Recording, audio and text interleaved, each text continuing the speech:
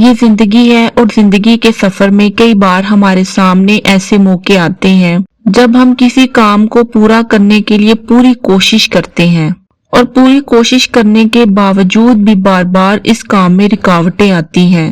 یہ لمحے ہمیں پریشان اور بے سکون کر دیتے ہیں، ہم بے چین اور بے بس ہو کر رہ جاتے ہیں۔ کیا آپ جانتے ہیں کہ اس میں اللہ تعالیٰ کی طرف سے ایک گہری حکمت پوشیدہ ہو سکتی ہے، جو اللہ تعالیٰ کی طرف سے ہمارے لیے ایک اشارہ بھی ہو سکتی ہے۔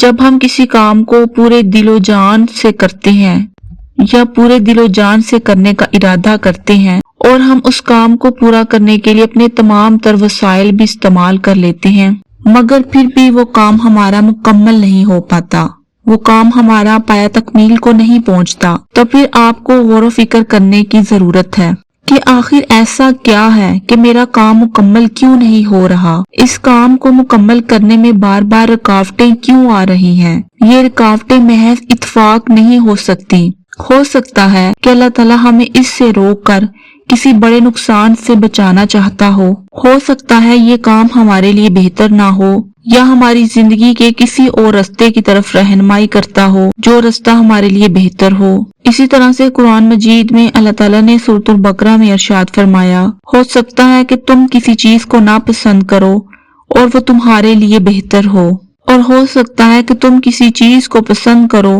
اور وہ تمہارے لیے بری ہو۔ اللہ جانتا ہے اور تم نہیں جانتے۔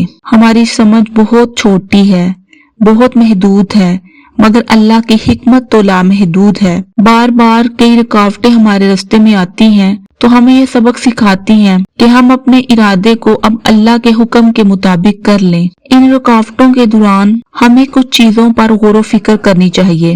ان میں سے ایک ہے صبر کرنا اور اللہ پاک سے اپنے لیے رہنمائی طلب کرنا بہت ضروری ہے۔ دوسری چیز ہے دعا کرنا، ہمیں اللہ پاک سے اپنی بہتری کے لیے ہمیشہ دعا کرنی چاہیے۔ ہو سکتا ہے کہ اللہ ہماری دعا قبول کرنے میں تاخیر اس لیے کر رہا ہو تاکہ وہ ہمیں بہتر چیز عطا کرے۔ اللہ سے ہر معاملات میں رہنمائی طلب کرنا بہت ضروری ہے۔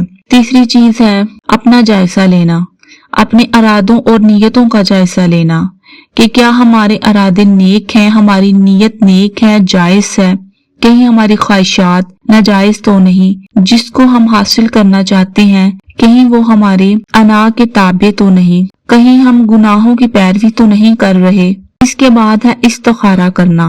استخارہ کا مطلب ہے اللہ کی مدد مانگنا۔ جس معاملات میں بار بار رکاوٹیں آ رہی ہوں اس کے لیے استخارہ کرنا بہت ضروری ہے۔ استخارہ سے پتہ چل جاتا ہے کہ یہ معاملہ ہمارے لیے ٹھیک ہے کہ نہیں، اور اس کے بعد ہے کسی اور راستے پر غور کرنا۔ اگر کسی کام میں بار بار ناکامی ہی ہو رہی ہو تو پھر ہمیں اس راستے کو چھوڑ کر کسی اور راستے کی طرف سوچنا چاہیے کہ ہمیں شاید کسی اور راستے پہ چلنے کے لیے اللہ اشارہ دے رہا ہو۔ نقصان سے بچنا، بعض اوقات رکاوٹیں ہمیں ایسے نقصان سے بچانے کے لیے آتے ہیں کہ ہم جن کے بارے میں سوچ بھی نہیں سکتے، ہمیں اندازہ بھی نہیں ہوتا، اور جو نقصان ہمیں نظر نہیں آتے لیکن وہ اللہ کے علم میں تو ہوتے ہیں۔ اللہ پاک اپنے بندوں سے بے پناہ محبت کرتے ہیں۔ ہو سکتا ہے کہ وہ ہمیں نقصان سے بچانے کے لیے مختلف طریقوں سے اشارے دیتا ہو۔ یہ بار بار کی رکاوٹیں یہ اشارہ ہو سکتی ہیں کہ ہمارا یہ کام ٹھیک نہیں ہے۔ ہمیں ان اشاروں کو سمجھنے کی ضرورت ہے، ہمیں اپنی نیتوں کا جائزہ لینے کی ضرورت ہے۔ اللہ کی حکمت پر بھروسہ رکھیں، اللہ کے سارے فیصلوں میں سکون ہے اور اس کی مرضی میں خیر ہے۔ پیارے بہن بھائیوں، میری اللہ پاک سے دعا ہے کہ آپ کی زندگی میں جو رکاوٹیں اور پریشانیاں ہیں وہ خود بخود دور ہو جائیں اور آپ کی زندگی خوشیوں سے بھر جائے۔ آمین ثم آمین۔